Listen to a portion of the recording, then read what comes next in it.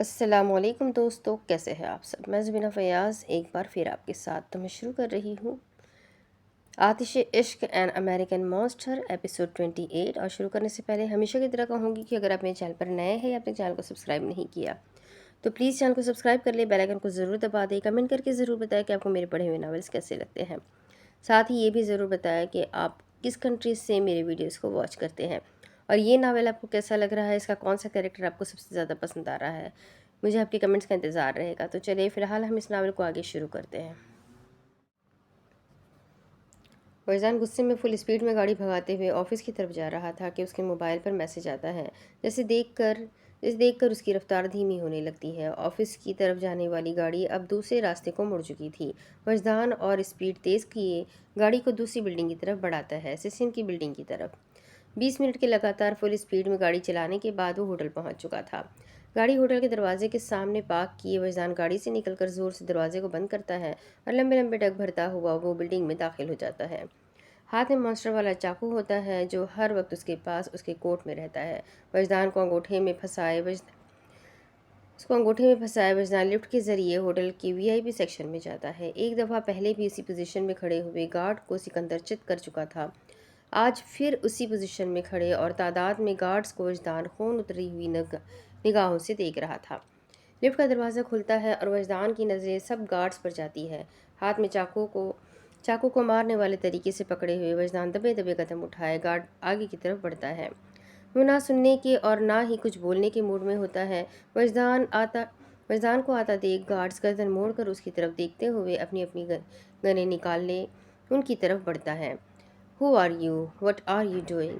एक लड़का वजदान को देखते गन का ट्रिगर चढ़ाते हुए उसकी तरफ बढ़ता। वो बोल ही रहा था कि वजदान चाकू उसके मुंह में रखे उसके गाल को चीर डालता है।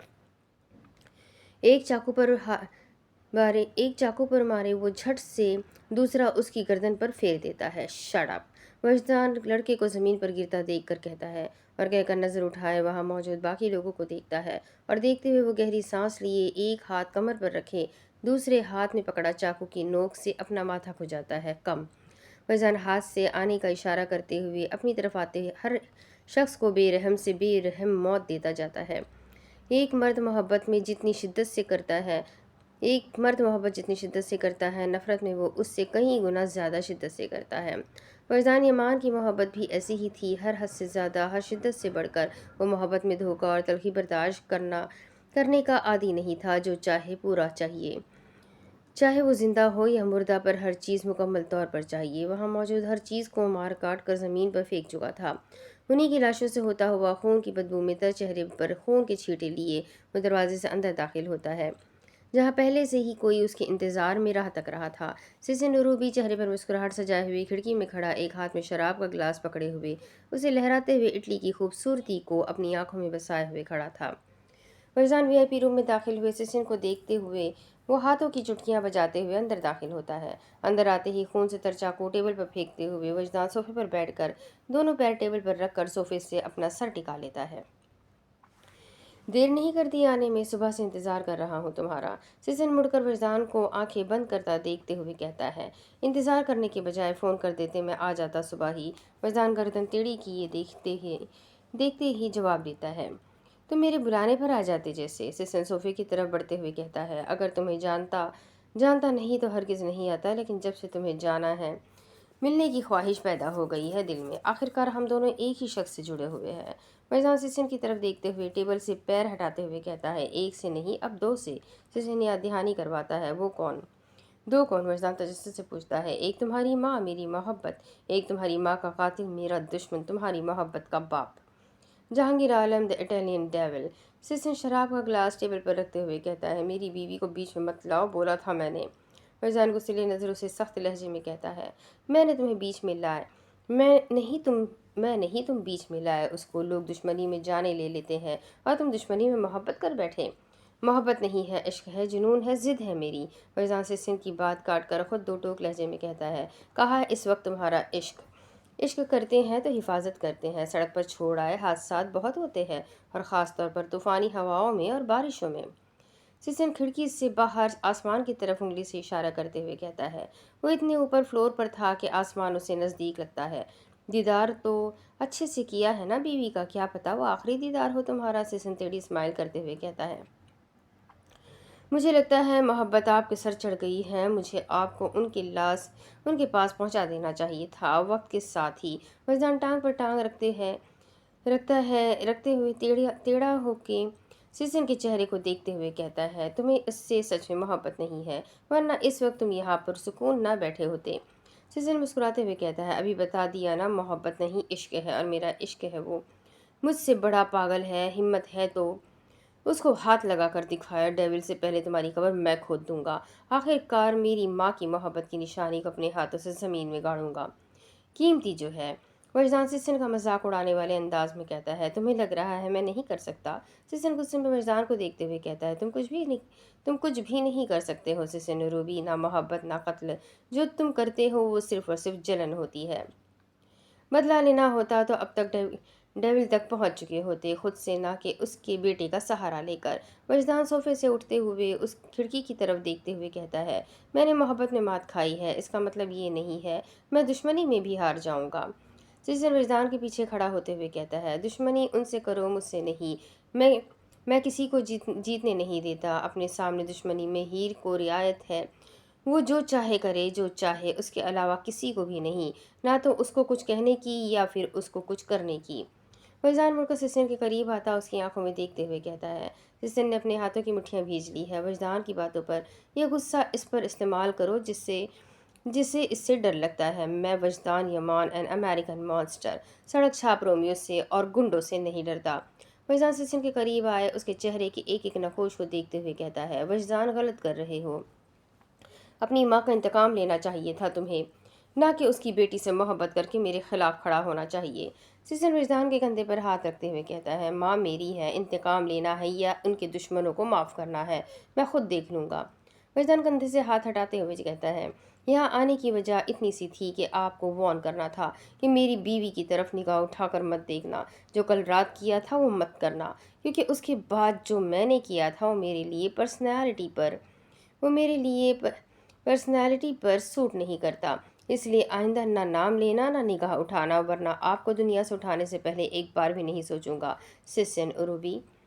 वजदान वजदान थोड़ा सा झुककर सिसन की आंखों में देखते हुए कहता है, चलता हूँ, मेरी बीवी इंतज़ार कर रही होगी मेरा। वजदान मुस्कुराते हुए कहता है और सामने वाले के तन बदन में आग लगा देता है। वजदान कहकर अपना चाकू टेबल से उठाने लगता है, हीर को छोड़ दो अगर उसकी सलामती चाहते हो। सिस्टन वजदान को देखते हुए बोला, मरने से डर नहीं लगता है यार, बीवी को खोने से लगता है। मैं पागल थोड़ी हूँ जो उसे छोड़कर भयानक मॉन्स्टर एक बार फिर से बन जाऊँ। वजदान चेहरे पर मुस्कुराहट सजाते हुए कहता है, हीर है, ख्याल से ही आ सके चेहरे पर मुस्कुराहट बिखेर दी आपके चेहरे पर मुस्कुराहट बिखेर जाती है। वजदान आँख विंक करते चाकू हवा में लहराते हुए बाय बाय करते वो अपने चेहरे से खून साफ करते हुए वापस रूम से बाहर निकल जाता है और लिफ्ट के जरिए फर्स्ट फ्लोर से होते हुए वो अपनी गाड़ी की तरफ बढ़ने लगता है। सिसन अपने रूम की खिड़की से वजदान की गाड़ी होटल से बाहर जाता देख रहा होता है और गुस्से में पागल भी होता जा रहा था। तुम्हें ये नहीं करना चाहिए था, तुमने गलत किया है वजदान, तुम्हें जहांगीर को मार देना चाहिए था, अब तक उसकी बेटी से प्यार करके खुद को बेबस नहीं करना चाहिए था। सिसन अपनी शर्ट के बटन खोलते हुए कहता है। तेज गरजदार बारिश होना शुरू हो चुकी थी। वजदान गाड़ी में सवार दोबारा रेस्टोरेंट में जाता है हीर को देखने के लिए। उसका दिल इतनी तेजी से धड़क रहा था कि वो पसलियाँ तोड़कर बाहर आने के इशारे का मुंतजिर था बस। वजदान रेस्टोरेंट पहुंचे, गाड़ी से निकले बाहर हीर को तलाश करने के लिए। वो बारिश में भीगते हुए रेस्टोरेंट के अंदर उसे देखने जाता है। अंदर कहीं भी उसे ना देखकर शेफ से उसके बारे में पूछता हुआ दोबारा रेस्टोरेंट से बाहर आ जाता है। अपनी गाड़ी में बैठकर वो हीर को तलाश करने के लिए निकल पड़ता है। उसके दिल में डर बैठा हुआ था, हीर को कहीं कुछ हो ना जाए। वजदान तेज़ी से गरजदार बारिश में फुल स्पीड में गाड़ी चलाते हुए हीर को हर तरफ देखते हुए वो उसे ढूंढने लगता है। वजदान, आपको अल्लाह पूछेंगे, मैं सुबह से भूख भूख कर रही थी, आपने मुझे खाना भी खिलाया, गुस्से चढ़ाकर मुझे छोड़कर चले गए। खाना भी नहीं खिलाया, गुस्सा चढ़ाकर मुझे छोड़कर चले गए। हीर बारिश में सड़क पर भीगती हुई चलते हुए कहती है, बारिश हो गई है, मुझे खुश होना चाहिए, पर आदमखोर ने गुस्सा चढ़ाया हुआ है, अब रोऊं या हंसू समझ नहीं आ रहा। हीर अपना दुपट्टे को हाथों में पकड़े हुए पकड़े हुए रोल किए मुंह में डालते हुए कहती है, मैं भी बेवकूफ़, खाना तो खा लेती, वापस जाकर रेस्टोरेंट में कौन सा पैसे देने थे। हीर आगे की तरफ बढ़ती जा रही थी और खुद से बातें की जा रही थी। दो पल के लिए ठहर कर वो आंखों पर हाथ रखे आसमान की तरफ देखती है जहाँ बिजली चमक रही होती है। आप सही मुझसे बदले ले रहे हैं ना। माना कि ज़िंदगी में मैंने कभी नेक काम नहीं किया, लेकिन इसका ये मतलब तो नहीं था कि आप मुझे एक अदद नेक शौहर से महरूम रखते। मैं तो उल्टे दिमाग हूँ, वो मुझसे ज़्यादा ख़राब है। अब बंदा नाराज़ रहे उनसे या उनको मनाए, पूरी की पूरी कन्फ्यूज़न ही कन्फ्यूज़न हो रखी है। हीर कहकर गहरी सांस ले रही होती है कि पीछे से ज़ोर से गाड़ी के हॉर्न पर उसका दिल डर के मारे मुट्ठियों में आ गया था। कैसे मनुष्य इंसान नज़र नहीं आ रहा है। एक लड़की खड़ी हुई है यहाँ पर, हॉर्न क्यों बजा रहे हो। अल्लाह ताला से बातें भी करने नहीं देते हैं, सारे दुश्मन हो रखे हैं मेरे तो। हीर जोर से अपना दुपट्टा झाड़ते हुए कहती है और आगे की तरफ चल पड़ती है। वो चलना शुरू हुई थी, उसके पीछे पीछे गाड़ी भी आहिस्ता आहिस्ता चल पड़ती है। हीर अपने पीछे गाड़ी आती महसूस करके पीछे पलट कर देखती है तो गाड़ी उसके नज़दीक पहुंच चुकी थी। मसला क्या है भाई, क्यों पीछे पीछे आ रहे हो। हीर कमर पर हाथ रखते हुए गुस्से में पूछती है। अच्छी लग रही हो तो सोचा लिफ्ट दे दूं। गाड़ी में सवार वजदान जोर से कहता है, पर बारिश की बूंदें गाड़ी पर पड़ने की वजह से आवाज़ बाहर ज़्यादा नहीं आ रही थी। क्यों, तुम्हारे चाचा की लड़की हूँ जो फिक्र हो रही है।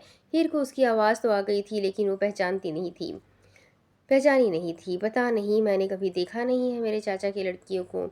वजदान हंसते हुए ज़ोर से जवाब देता है। देखा नहीं है तो देख लो जाकर, मुझे देखने की ज़रूरत नहीं है। हीर मुंह फेरते हुए कहती है, पर मेरा दिल तो तुम्हें देखने को कर रहा है। वजदान गाड़ी चलाते हुए कहता है, जहन्नम में जाओ तुम बदतमीज इंसान, शादीशुदा लड़की पर लाइनें मार रहा है।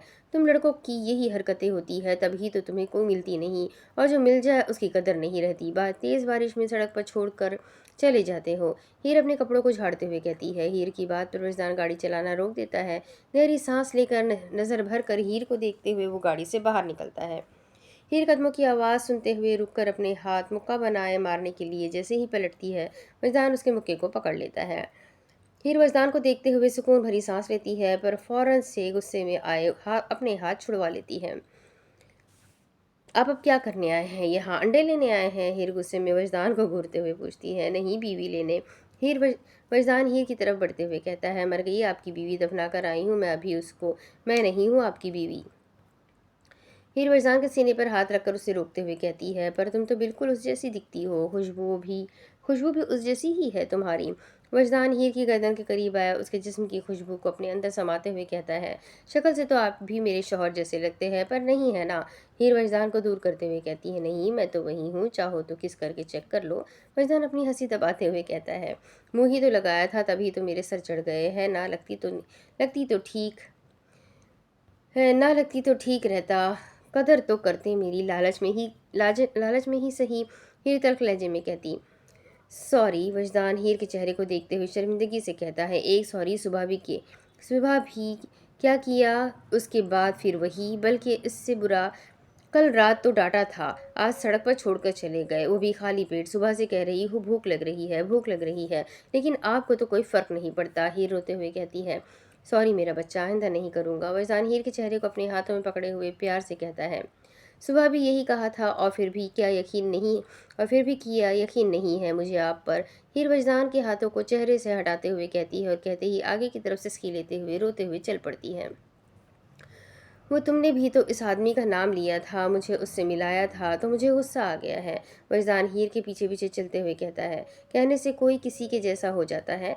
हीर पलटकर गुस्से में देखते हुए पूछती है। वजदान झट से ना में सर हिला देता है, तो फिर मेरे कहने से आप उन जैसे हो जाएंगे। हीर वजदान की तरफ बढ़ते हुए कहती है, सॉरी। वजदान नज़र झुकाते हुए कहता है, नहीं चाहिए, अपने पास रखिए। हीर गुस्से में कहती है, पर मैं तो दूंगा तुम्हें, तुम रख लो। वजदान शरारती मुस्कुराहट चेहरे पर सजाए हुए कहता है, भाड़ में जाए।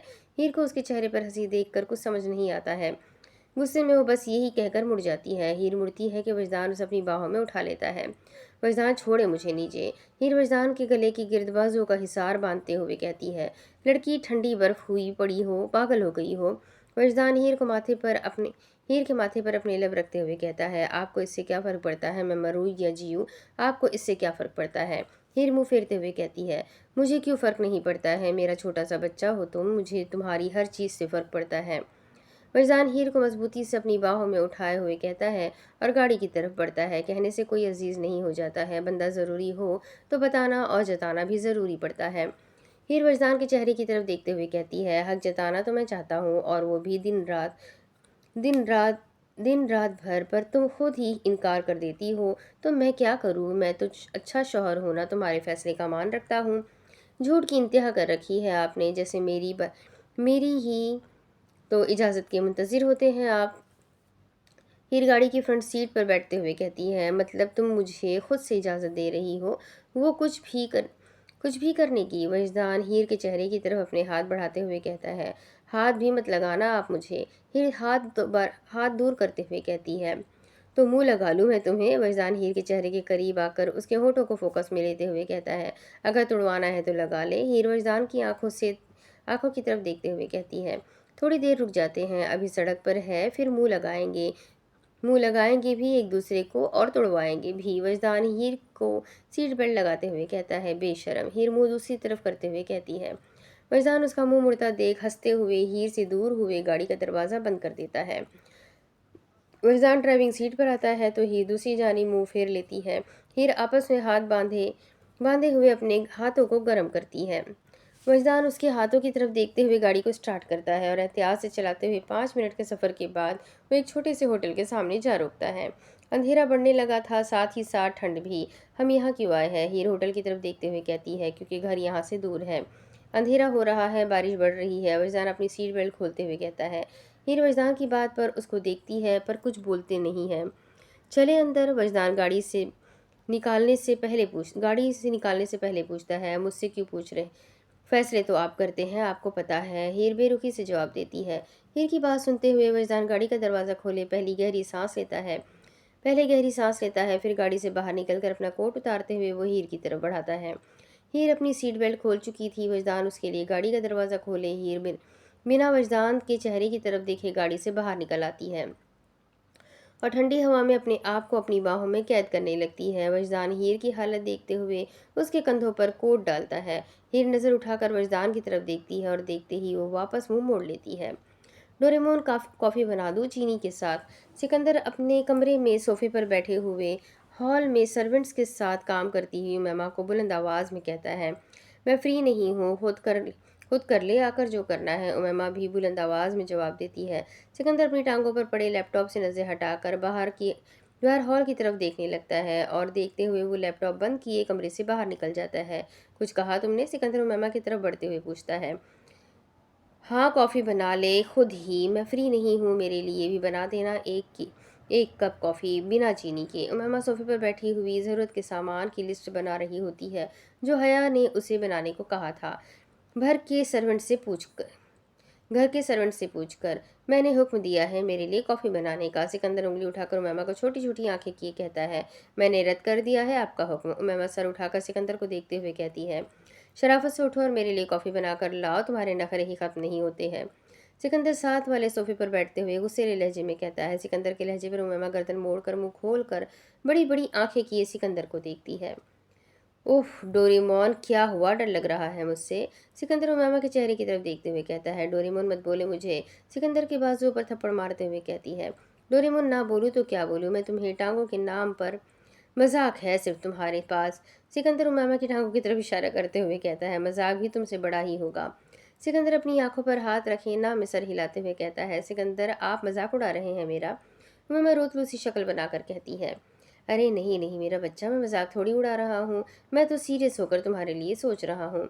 सिकंदर उमामा को देखते हुए मुस्कुराते हुए कहता है, क्या सोच रहे हैं? उमामा तजस्सुस से पूछती है।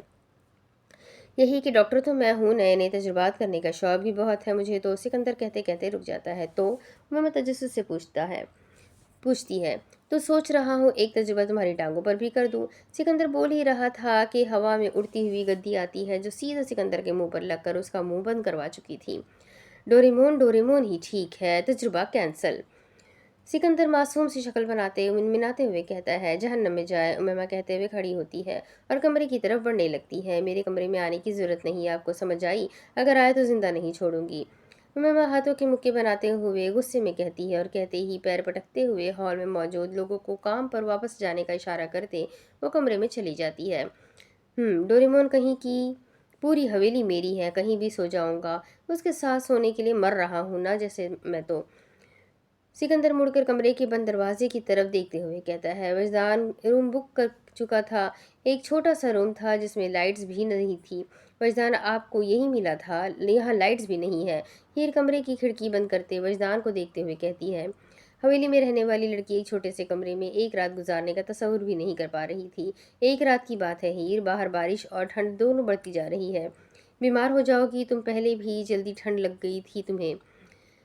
वजदान कमरे में आग जलाने के लिए कुछ ढूंढते हुए कहता है, यहाँ हीर अपने हाथों को मसलते हुए कहती है, पर कहते कहते रुक जाती है। कुछ नहीं होता, एक रात की बात है, सुबह होते ही घर चले जाएंगे। वजदान को कुछ ना मिलकर वो हीर के पास आता है, उसके हाथों को और चेहरे को टच करके उसका बॉडी टेम्परेचर चेक करता है। तुम रुको, यहाँ मैं कपड़े लेकर आता हूँ, तुम्हारे लिए ठंडे हुए पड़े हैं। फरजान हीर के गीले कपड़ों की तरफ देखते हुए कहता है, और कहते ही वो बाहर की जानिब अपने कदम बढ़ाने लगता है। रुके, कहाँ? बाहर हालात देख रहे हैं, फिर भी जाने का सोच रहे हैं? हीर वजदान का हाथ पकड़कर उसे रोकते हुए उसके चेहरे को फिक्रमंदी से देखते हुए कहती है, कुछ नहीं होता मुझे, अभी जाऊंगा, ऐसे रात भर गीले कपड़ों में भी तो नहीं छोड़ सकता हूँ तुम्हें। वजदान हीर के चेहरे पर हाथ रखते हुए कहता है, मेरी फिक्र कर रहे हैं, खुद की नहीं हो रही? खुद भी तो सर से पैर तक भीगे हुए हैं आप। हीर भी कर रही थी तो गुस्से में, मैं ठीक हूँ। वजदान हीर के सामने खड़े होते हुए मुस्कुराते हुए जवाब देता है।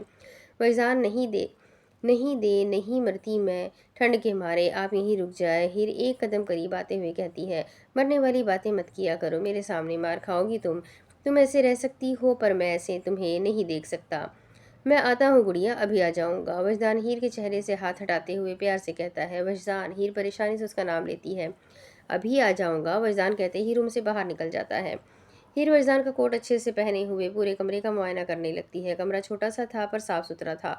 हीर जैसे जैसे आगे बढ़ रही थी, चीज़ों को देखते हुए उसे तसल्ली हो रही थी। अब नॉर्मल होने के लिए होने को गई थी वो कमरे में टहलते टहलते होने लगी थी वो कमरे में टहलते टहलते वो कमरे की खिड़की खोले गरजदार भारी आवाज़ वाली बिजलियों की चमक को देखने लग जाती है। क्या हो गया है, आज इतना मौसम ख़राब तो नहीं होता है? हीर आसमान की तरफ देखते हुए कहती है, वजदान सब बस जल्दी से वापस आ जाए। वजदान को गए 2 मिनट ही हुए थे कि हीर को उसकी फिक्र सताने लगती है। खिड़की से आते हुए ठंडी हवाएं हीर को कांपने पर मजबूर कर रही थी। जल्दी से खिड़की बंद किए वो अपने हाथों को आपस में मसलते हुए ड्रेसिंग टेबल के सामने जा खड़ी होती है। अपना हुलिया देखकर हीर खुद ही गंदा सा मुंह बनाती है और वहीं कमरे में मौजूद अलमारी की तरफ टॉवल देखने के लिए बढ़ती है। जैसे ही अलमारी खोलती है वहां पर लॉन्ग बाथ टॉवल मौजूद था। हीर उसे देखते ही दरवाजे की तरफ देखती है। मैं उसे पहले ही देख लेती, ऐसे ही वो बारिश में गए हैं और गए भी पता नहीं कहाँ हैं। हीर लॉन्ग टॉवल लिए वॉशरूम में जाकर फ्रेश होने लगती है। गर्म गर्म शावर लिए वो अपना बॉडी टेम्परेचर नॉर्मल कर चुकी थी। शावर लिए वो फ्रेश होकर अलमारी से दूसरा टॉवल लिए वो अपने बालों में मारते हुए दरवाजे की तरफ बढ़ती है। झांकी मार कर वो वजदान को देखने के लिए नजरें दौड़ाती है, पर वो अभी तक नहीं लौटता है। वक्त के साथ साथ मौसम मजीद ख़राब होता जा रहा था। हीर की परेशानी बढ़ती जा रही थी, पर वजदान की कोई खबर उसे नहीं लग रही थी। टॉवल सोफे पर फेंकते हुए वो वजदान का कोट उठाए उसका मोबाइल तलाश करने लगती है। बेध्यानी में वो अंदर की पॉकेट में हाथ डालती है, लेकिन मौजूद खून से तर चाकू से उसकी उंगली पर कट लग जाते हैं। आह, हीर दर्द में कराते हुए कहती है और झट से अपना हाथ बाहर निकाले वो अपनी खून बहती उंगलियों की तरफ देखने लगती है। ये क्या हुआ? हीर अपने हाथों की तरफ देखते हुए दूसरे हाथ से एहतियात से कोट की जेब में हाथ डालती है और अंदर से वजदान का खून में तर चाकू निकाले वो बेयकीनी से उसकी तरफ देखने लगती है। हीर एक हाथ में चाकू पकड़े, दोनों हाथ में वजदान का कोट पकड़े, एक तरफ चाकू को और दूसरी नजर कोट को देखते हुए वो गहरी सांसें ले रही होती है। हीर गुस्से में शेर से वजदान का कोट दरवाजे की तरफ देखकर मारती है और दरवाज़ा खुलता है और कोट सीधा वजदान के सीने पर जा लगता है। दरवाज़ा खुलने की आवाज़ पर हीर झट से दरवाजे की तरफ देखती है, जहाँ लाइट सॉफ्ट ग्रे कलर के स्विफ्ट के मोटे ट्रैक सूट में मलबूस वजदान हाथों में 2 बैग लिए खड़ा हुआ था। वजदान को अपनी तरफ आता देखकर हीर अपने हाथ में पकड़ा चाकू अपनी कमर के पीछे कर लेती है। इतना गुस्सा! वजदान अपना कोट उठाते हुए अंदर की तरफ बढ़ते हुए पूछता है। हीर बेयकीनी से वजदान को और उसके पुरसुकून अंदाज को देख रही थी। वजदान जमीन से जैकेट उठाए दरवाजे को बंद किए जैसे ही मुड़ता है, हीर को टॉवल में देख उसके कदम वहीं थम जाते हैं। वजदान अपनी सांसें रोके हीर को सर से पैर तक देखता है। पर उसके हाथ में चाकू नहीं देखता है। वजदान हंसते हुए हीर की तरफ बढ़ता है। अपना जैकेट और कपड़ों का बैग बेड पर रखे वो हीर के पास आ खड़ा होता है।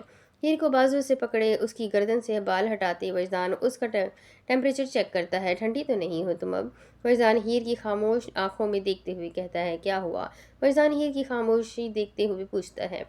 हीर अपने कमर पर रखे हुए हाथ में चाकू को और मजीद से अपने हाथों में भींचे वह अपने आप को जख्मी करती जा रही थी। कुछ पूछूं आपसे?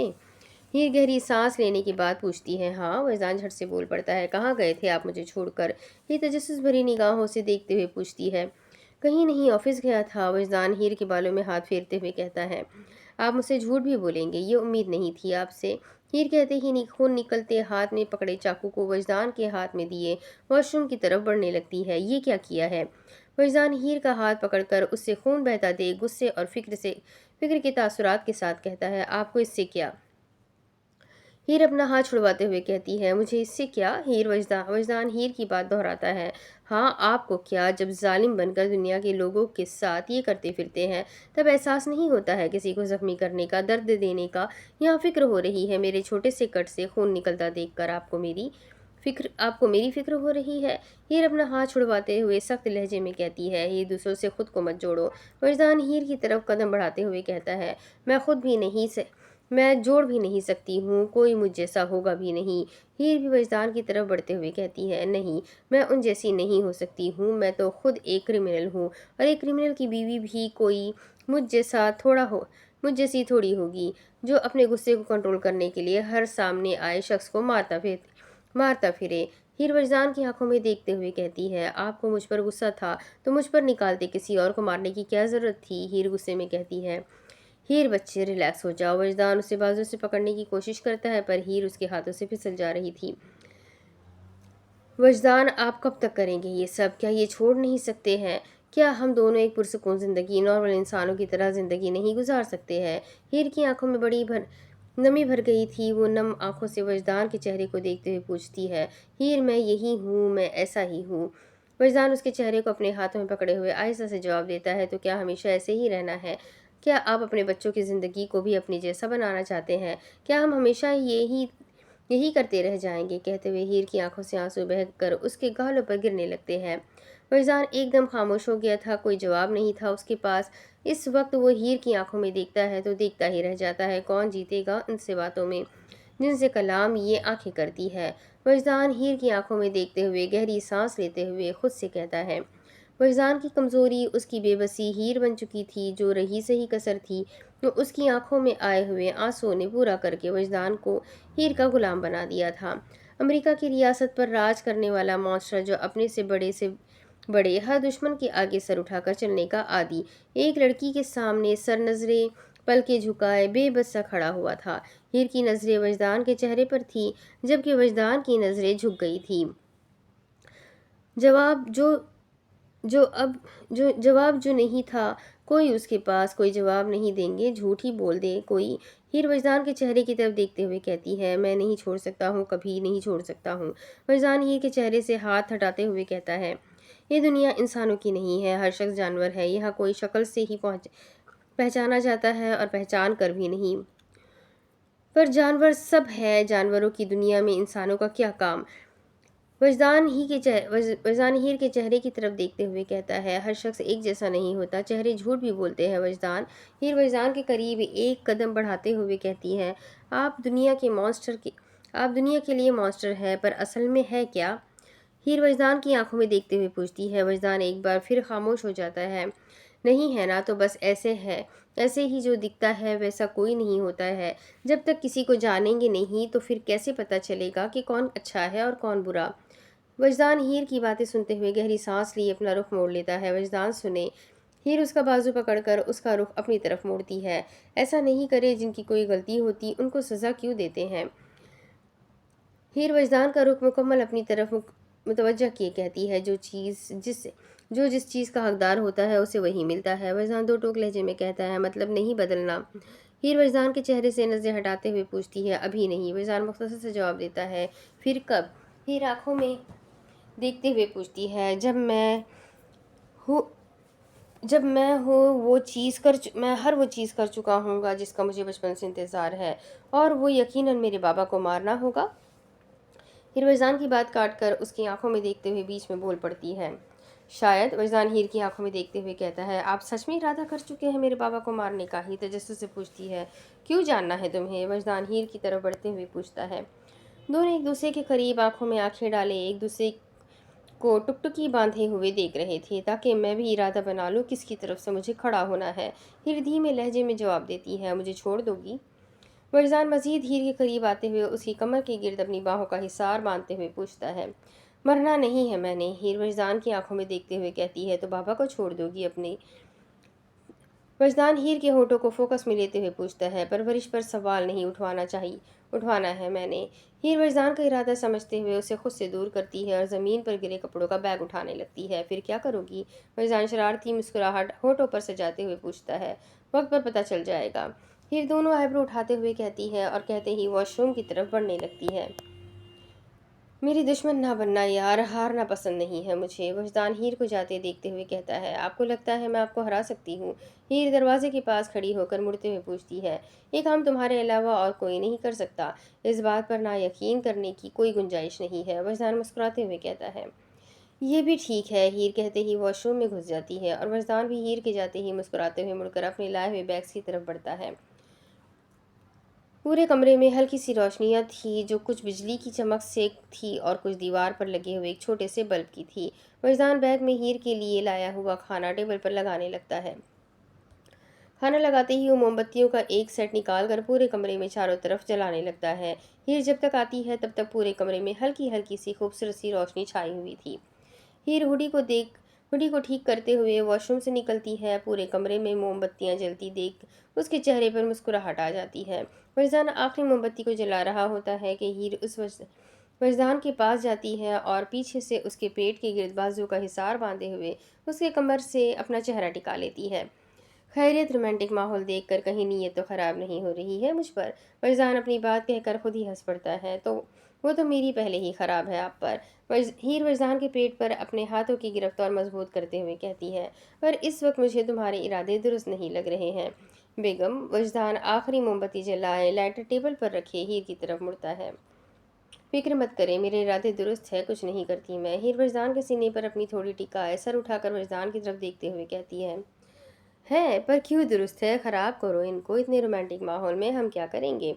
हीर के चेहरे को अपने हाथों में पकड़े हुए प्यार से पूछता है। हम बातें करेंगे, हीर मुस्कुराते हुए कहती है, और कहते ही वो मुड़कर खाने की टेबल की तरफ बढ़ने लगती है। मुझे नहीं करनी बातें, बातें कम करती हो और लड़ती ज़्यादा हो तुम मुझसे। हीर की तरफ बढ़ते हुए उसे सोफे पर बैठा देखते हुए कहता है, अभी तक तो मैं लड़ी नहीं आपसे, पर अपने माँ बाप की खातिर लड़ना चाहती हूँ मैं आपसे। हीर सोफे पर बैठे वजदान को अपनी तरफ आता देखते मुस्कुराते हुए कहती है, बस फरमाइश देखो कर भी कौन सी रही हो तुम? मुझसे रोमांस करने की बात करो, देखना दोबारा बोलने से पहले ही तुम्हारी सारी फरमाइशें पूरी कर दूंगा। वजदान हीर के पास सोफे पर बैठते हुए कहता है, नाराज़ नहीं हो अब मुझसे? वजदान हीर के गीले बालों में हाथ फेरते हुए पूछता है। नहीं। हीर अपना कट लगा हुआ हाथ, जिससे खून बहना रुक गया था पर कट अभी भी खुला हुआ था, वो हाथ आगे बढ़ाए खाने की तरफ लपकती है। वजदान की नज़र सीधा हीर के हाथ पर जा ठहरती है। पागल लड़की, कितना जख्म करवा लिया है तुमने? वजदान गुस्से में कहता है, ये मेरा गुस्सा निकालने का तरीका है? सामने वाला शख्स मेरी मोहब्बत है, उसे तो तकलीफ़ नहीं दूंगी ना, इसके लिए खुद को हर्ट किया। हीर मुस्कुराते हुए कहती है, सच में पागल हो तुम? वजदान अपने ट्राउज़र की जेब में से रुमाल निकालते हुए हीर की तरफ खसकता है। हूँ तो सिर्फ आपके पीछे। हीर वजदान के गाल पर किस करते हुए कहती है, ये सब ना करो, क्योंकि मैं शुरू हुआ तो रोकना मुश्किल हो जाएगा मेरी जान। वजदान हीर के हाथ पर रुमाल बांधते हुए कहता है। हीर जवाबन कुछ कहना चाहती थी, पर अपने लब भीजे वो अपनी हंसी को जब्त करती है। बोल लो जो बोलना है, पेट में दर्द हो जाएगा तुम्हारे वरना। वजदान हीर के चेहरे की तरफ देखते हुए कहता है, मुझे तो नहीं कहना। हीर हंसते हुए कहती है, समझ आ रहा है मुझे। वजदान हीर के गाल खींचते हुए कहता है, चलो खाओ, पहले ही ठंडा हो गया है पिज़्ज़ा। वजदान बुक्स खोल पिज़्ज़ा बॉक्स खोलते हुए कहता है, और साथ ठंड के मौसम में ठंडी ठंडी कोल्ड ड्रिंक है। केन खोलकर एक हीर को देता है और दूसरा खुद अपने मुंह से लगाता है। ये तो खाए। हीर पिज़्ज़े की तरफ इशारा करते हुए कहती है, मुझे भूख नहीं है, तुम खाओ। फरजान मुस्कुराते हुए जवाब देता है, आपने भी तो सुबह से कुछ नहीं खाया है, खा ले। हीर पिज़्ज़े की स्लाइस वजदान की तरफ बढ़ाते हुए अपने पीस से बाइट लेते हुए कहती है, ये ले। हीर आगे बढ़ाते हुए धीरे से कह ही रही थी कि वजदान बोतल का केन टेबल पर रखे हीर के चेहरे को अपने हाथों में पकड़े उसके मुंह में दिया हुआ पिज़्ज़े का पीस करते हुए उससे लेकर वापस सोफे पर बैठे खुद खाने लगता है। हीर बड़ी बड़ी आंखें किए अपने दोनों हाथ में हवा में किए वो हैरान कुन नज़र से वजदान को देखने लगती है। आपकी तो हीर पिज़्ज़े की पीस वापस उसके बॉक्स में रखे वजदान पर घुटनों के बल बैठते हुए वजदान को मारने लगती है। जब मैं एक पीस दे रही थी तो वो खाते ना, मेरा पीस क्यों खाया है आपने? हीर वजदान को मारते हुए कहती है, लड़की खुद को लगवा लोगी चोट। वजदान हीर के दोनों हाथ पकड़े उसे सोफे पर लेटाते खुद उसके ऊपर आते हुए कहता है, हाथ पैर ज़्यादा नहीं चलते हैं तुम्हारे। वजदान हीर के हाथों को सोफे से ऊपर पिन किए उसकी आंखों में देखते हुए कहता है, मेरी ज़बान भी अच्छे से चलती है, उसे कैसे बंद करवाएंगे आप? हीर वजदान की आंखों में देखते अपने हाथों को छुड़वाने की कोशिश करते हुए कहती है, आह, चैलेंज कर रही हो तुम? वजदान फटी फटी आंखों से देखते हुए कहता है, चैलेंज नहीं कर रही हूँ, मैं आपको बस कह रही हूँ। वजदान छोड़े, दर्द हो रहा है। हीर अपने हाथों का लगातार खींचातानी में इस्तेमाल करने से दर्द में कराती हुई कहती है, जब जंगली बिल्ली बने लगातार मुझे मार रही थी तब कुछ नहीं हो रहा था, अब दर्द हो रहा है। वजदान हीर के चेहरे पर झुकते हुए कहता है, वो इतना करीब आ गया था कि वजदान की सांसें हीर को अपने चेहरे पर महसूस हो रही थी। वजदान, हीर उसकी सांसों की तपिश अपने चेहरे पर महसूस करती फड़फड़ाते हुए कहती है, जी। वजदान हीर के होठों की तरफ बढ़ते हुए कहता है, आप फिर? जी, मैं फिर शुरू हो चुका हूँ, अब रुकना नामुमकिन है मेरा। फरजान कहते ही हीर के ऊपर से उठे खड़े होकर हीर को देखते हुए अपनी शर्ट उतारे सोफे पर फेंक कर हीर को अपनी बाहों में उठाए बेड की तरफ लिए बढ़ता है। हीर फरजान के गले के गिर्द अपनी बाजुओं का हिसार बांधे हुए वॉर्ड की चेहरे की तरफ देखे जा रही थी वजदान के चेहरे की तरफ देखे जा रही थी। वजदान हीर को बेड पर बिठाते ही उसके सामने बैठे उसकी हुडी की फ्रंट जिप खोलते हुए वजदान उसके होठों पर झुक जाता है।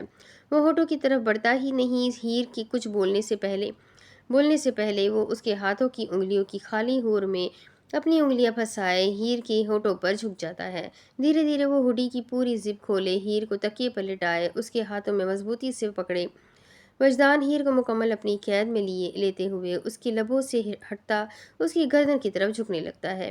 वजदान के लम्स पर हीर अपनी आंखें बंद किए अपने हाथों में उसके हाथों को मजबूती से पकड़े हीर उसके लम्स को महसूस करने लगती है। सुबह हो चुकी थी पर सुबह का मंजर भी ढलती हुई शाम का दिखा रहा था। जहांगीर हया दोनों गार्डन में बैठे हुए, हया चाय के और जहांगीर कॉफ़ी की चुस्कियों के मज़े ले रहे थे।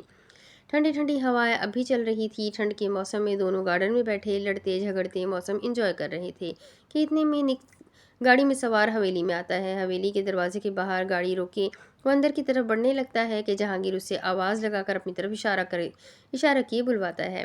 हया जहांगीर दोनों गौर से उसे अपनी तरफ आता देख रहे होते हैं। उसने अभी तक डिनर नाइट वाले कपड़े पहने हुए थे। हाथ में पट्टी लाल की हुई आंखें लिए निक गार्डन में उनकी तरफ बढ़ता है। निक टेबल के पास पहुंचता है और कुर्सी खींचे उस पर बैठ जाता है। ये क्या हुलिया बनाया हुआ है? हया उसे कुर्सी पर बैठते हुए देखते हुए पूछती है। तबीयत ठीक नहीं थी। निक टेबल पर पड़ी पानी की बोतल से पानी ग्लास में डालते हुए कहता है, क्या हुआ तबीयत को? जहांगीर कुर्सी से पुश टिकाते हुए पूछता है, दिमाग खराब हो गया है। निक पानी पीते हुए गार्डन में उसके आसपास देखते हुए कहता है, ये कभी दुरुस्त था भी? हर वक्त औरतों में घिरे रहोगे तो दिमाग दुरुस्त हो ही ना जाए तुम्हारा। जहांगीर गर्दन झटकते हुए कॉफ़ी का सिप लेते हुए कहता है, क्या मतलब था इस बात का? हया अपना चाय का कप जोर से टेबल पर रखते हुए पूछती है, यही कि मुझसे एक नहीं संभाली जाती और इसने इतनी सारियों को एक साथ संभाल रखा है तो दिमाग तो खराब होगा ही।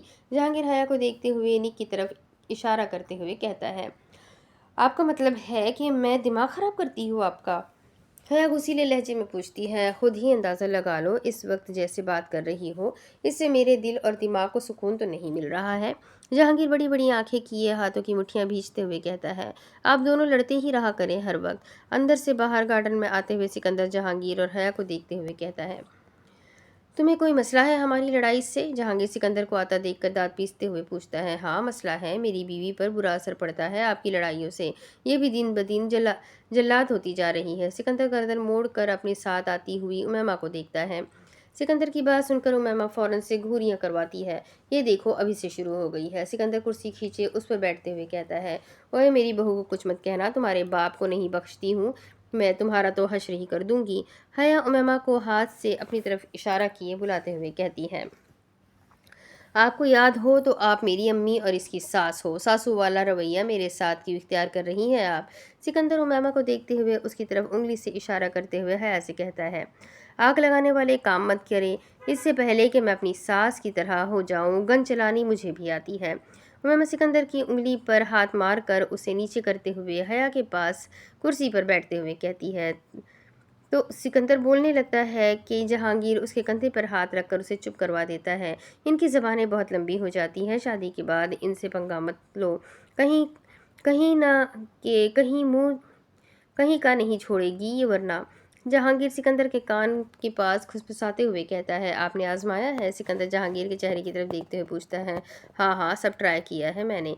जहांगीर आंखों से इशारा करते हुए कहता है, बातों में मसरूफ़ थे सिवाय एक के। निक कुर्सी सब बातों में मसरूफ़ थे सिवाय एक के। निक कुर्सी से टेक लगाए आसमान पर एक बार फिर से काले बादलों को छाता देखते हुए कहता है, इतने दिन हो गए हैं तो अब भी इन्हीं कपड़ों में बदलने नहीं है क्या? उमैमा निक के चेहरे की तरफ देखते हुए उसके कपड़ों की तरफ देखते हुए पूछती है, यार अब मेरा ज़्यादा कपड़े बदलने का दिल नहीं करता है। निक बिना उमैमा की तरफ देखे आसमान की तरफ देखते हुए कहता है।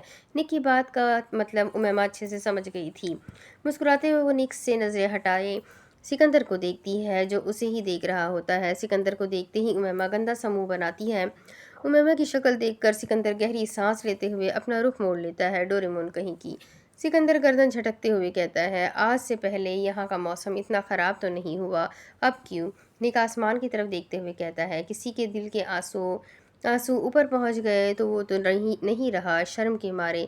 अल्लाह ताला ने सोचा कि मैं बारिश करके उसको पूरा भिगा देता हूँ, शायद वो रो कर दिल हल्का कर ले अपना। उमैमा हल्का सा मुस्कुरा कर निक के चेहरे को देखते हुए कहती है। उमैमा की बात सुनते हुए निक के साथ साथ सबकी निगाहें उमैमा की तरफ उठती है। मतलब? हया पूछती है। मतलब ये कि कभी कभी कहानी को बदलने तेज़ तूफ़ानी बारिश का होना ज़रूरी होता है। उमैमा हंसते हुए हया को जवाब देती है।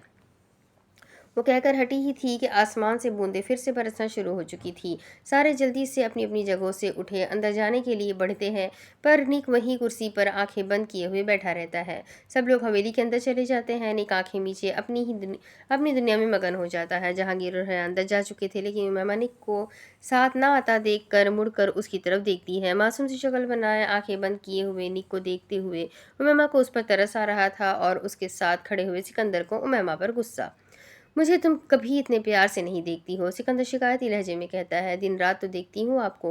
उमैमा सिकंदर की तरफ देखते हुए कहती है, हाँ पर मोहब्बत भरी निगाहों से नहीं, कचा खा जाने वाली नज़रों से देखती हो तुम मुझे। उमैमा के करीब आते हुए कहता है। बारिश आहिस्ता आहिस्ता तेज़ होती जा रही थी। ठंडी हवाएं फिर से चल पड़ी थी। मोहब्बत भरी निगाहें कैसी होती है आप बता दें, मैं उनसे देख लूँगी आपको।